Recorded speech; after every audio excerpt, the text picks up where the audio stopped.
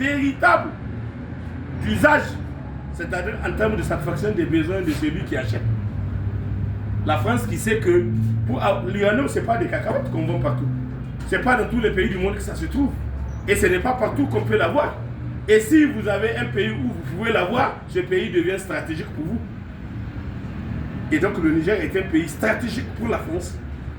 Et ça doit être compris et entendu comme ça.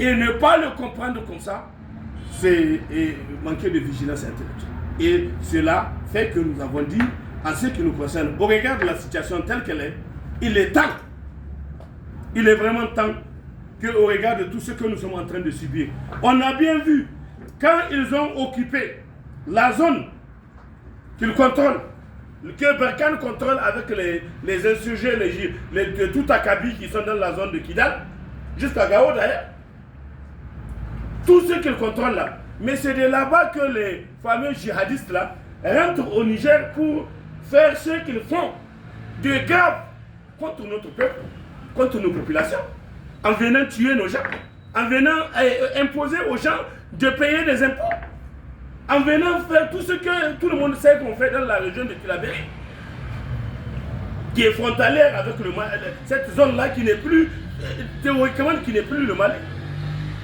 Théoriquement c'est le Mali, mais pratiquement ce n'est plus le Mali. Parce que comme ils ont tous reconnu, il n'y a pas encore le gouvernement malien et ses forces de défense et de sécurité dans la zone. C'est uniquement les gens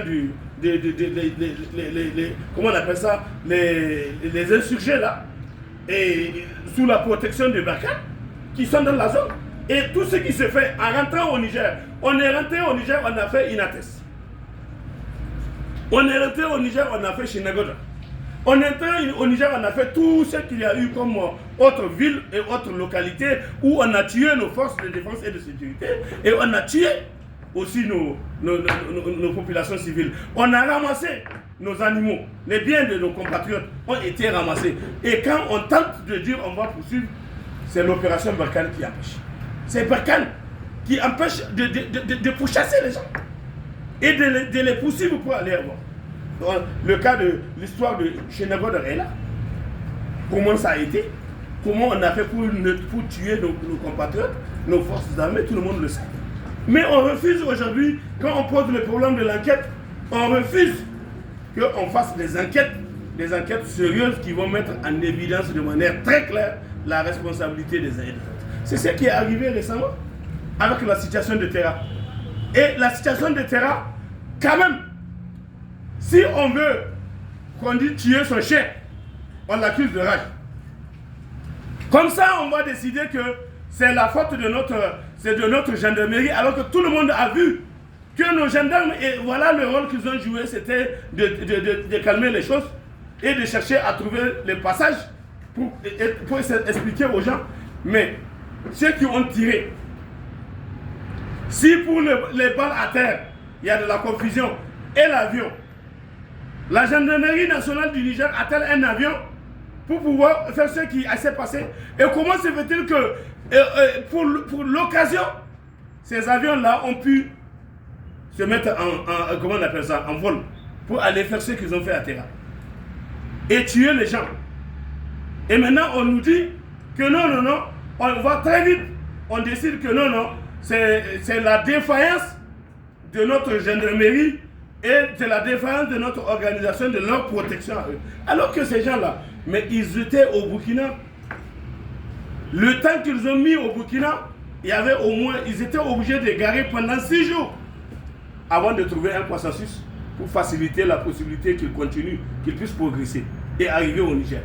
Maintenant, nous, ici au Niger, dès qu'ils arrivent, comme on est des pigeons, alors les gens font, c'est des scènes humaines, des scènes normales, des scènes citoyennes. Tous les citoyens du monde, partout dans le monde, les gens expriment leurs opinions, leurs sentiments, leurs récriminations par rapport à des choses. Tout le monde a vu les gilets jaunes en France.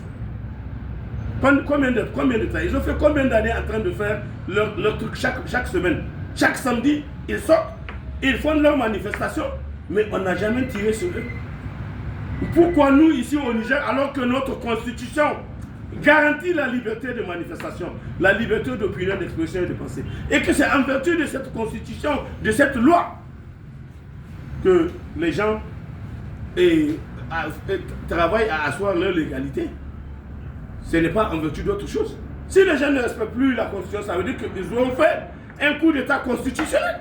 Ils ont fait un coup d'État à la Constitution, ils nous ont mis de côté la Constitution, ils ne respectent plus la Constitution, ils font autre chose.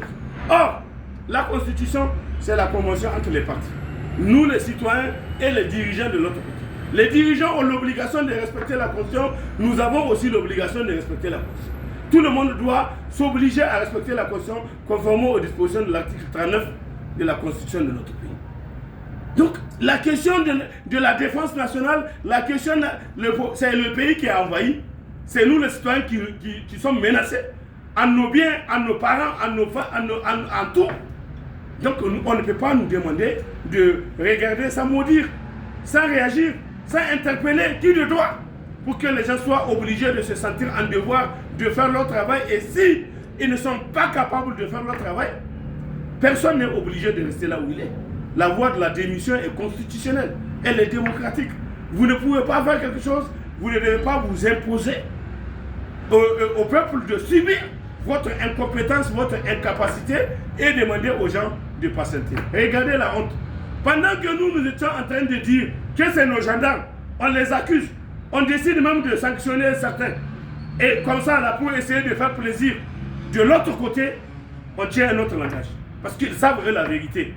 Ils savent que c'est leurs gens qui ont tiré et ils ont dit que c'est pour se dégager face à une masse de gens violents qu'ils ont eu à recourir à ces moyens adéquats, selon eux, pour être dans la position de se dégager.